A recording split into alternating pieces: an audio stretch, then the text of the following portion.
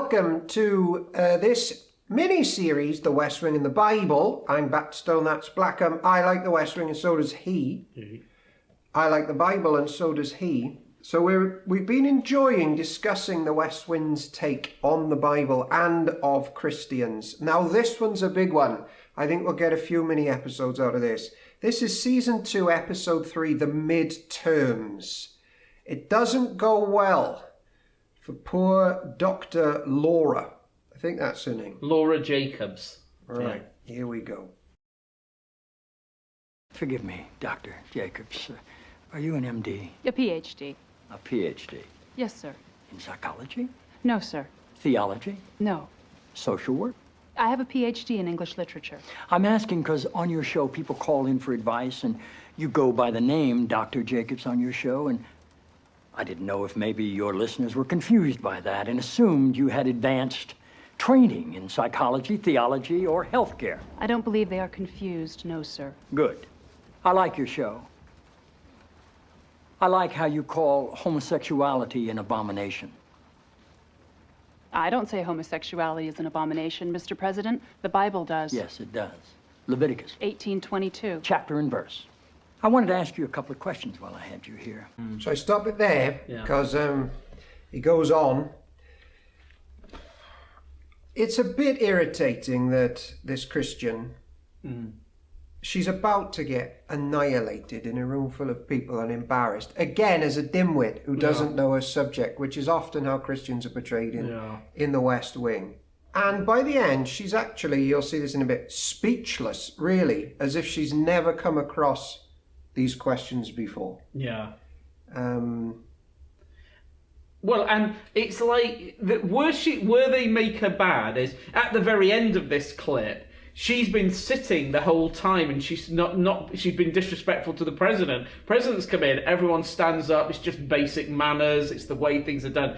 But she has such a high view of herself, she doesn't stand up, so she's rude, she's ignorant. Yeah. She's never thought about these questions that are like, even a Christian child of 10 thinks about these questions. And she's like, what? What is this? And then, as well, this thing about she calls herself a doctor. And he's like, have you got a relevant qualification to give out advice where people are ringing you up? And it turns out it's English literature. It's like, not really. I've got a degree in English literature. Yeah, I think that makes the point quite well. So, no, but really, they're probably ringing up, probably with like questions about Christian living or psychological, or pastoral problems. And she isn't really in a position to, but because she goes to doctor, and they're, on that at least, I think it's a legitimate point because there are lots of Christians in like their own ministries and they'll call themselves, like, I don't know, Paul Blackham Ministries or whatever, Bob Blackham Ministries, whatever. And then they'll give themselves titles, I'm the president of the Bob Blackham Ministries and whatever. And all that sort of thing. It is a feature of certain aspects of modern religious Christian things. I don't know if it's only in the Western world. It probably happens all over the world. And Jesus literally said, don't do that sort of thing. Just be humble.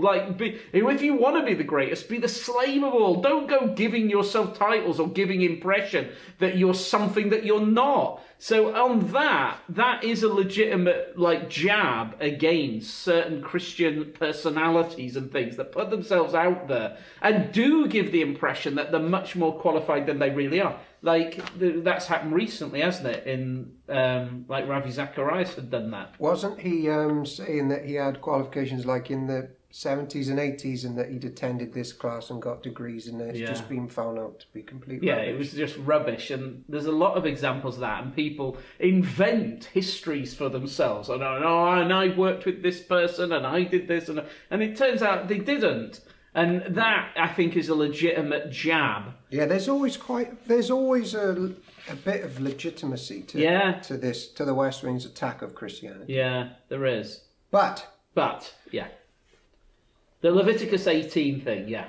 Leviticus 18, they go on to do homosexuality as an abomination. That's obviously a massive thing in the West Wing. They hate that. Yeah. And it comes up a lot. Yeah. But I find though Bartlett knows chapter and verse, he doesn't know chapter and verse is. No, that's a good one, yeah. Because he doesn't know... It's the same with slavery in the Old Testament particularly. Like, they read Victorian-type slavery into what was going in biblical times. So just... Can you enlighten us a bit on the homosexual as abomination? Leviticus 18, really. Yeah, I mean, the whole of Leviticus 18, I was going to say I encourage people to read it. I say that cautiously. It is certainly 18-plus chapter. I mean, when you read it... 15 by today's standards. Maybe, but even then there's some things in 18 Leviticus 18 that I think even modern censors would go, yeesh. Yeah, it is pretty intense. But it's not like Solomon. He's nuclear. No, Solomon's particularly disgusting. But Leviticus 18 is... I always say the Lord knew the internet was going to exist. And that's why he gave Leviticus 18. Because he just knows what human beings are like. So if you read Leviticus 18, and then at the end of it you go, well, what's wrong with that? Oh man, if so, check yourself immediately into, I was going to say the hospital, but probably the police actually. And so Leviticus 18:22, listen to verses 21 and 23. So either sandwich either side of that is, don't give any of your children to be sacrificed to Molech. You mustn't profane the name of the Lord your God, I am the Lord. So what that meant, giving your children to be sacrificed to him, is throwing them into the fire to be burned alive. Don't do that. And then he says, don't have sexual relations with a man as one does with a woman. That's detestable. And then don't have sexual relations with an animal. Don't get jiggy with animals. So it's like, don't throw your children, burn them alive. And then interestingly, this homosexual thing, the word homosexual is like a very modern thing, as if it's a category, an identity. It's what I am, and that comes up in Westminster. It's what a person is.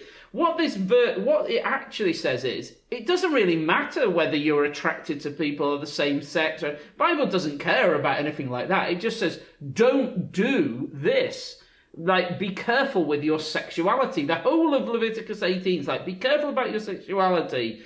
The only kind of sexual expression is this between a man and a woman to represent Christ and the church. It doesn't care, like you say, oh, I desire loads of women. And the Bible's like, yeah, I'm sure you do, but this is how we're actually going to do it. And, or I don't desire women at all. It's same sex, or it's a bit of each, or I have no sexual desire of any kind. The Bible's like, yeah, whatever. That's whatever. It's just saying this is what you're to do with it. This is what you're to do. Don't do this activity. And if you follow through all of it, it's not at all saying what people think it's saying. And it's very interesting, as you say, he's like, yeah, chapter and verse. Do you know all those verses? And what about them? Yeah. This has come up before. If you push back a bit, the picking and choosing for their morality, it's hard for President Bartlet to justify why he thinks things are right or wrong. Like the moral framework without God and his word becomes quite slippery and dangerous. Yeah. And so we're pushing back a bit there, back to Bartlet. And it is particularly because this is 20 years ago, isn't it, these episodes? Is it about 20 years? Well, this was late 90s. Yeah, so it's more than that. It's like nearly 25 years, these. So you think then, if there's things that are now on the agenda of public morality, like what they call minor attracted people, MAP, the whole thing. That's a very delicate way of saying people who, are attracted to and campaigning to legitimize and make legal relationships with very young people. 25 years ago, even Bartlet would have been like, absolutely not, that's insanely evil.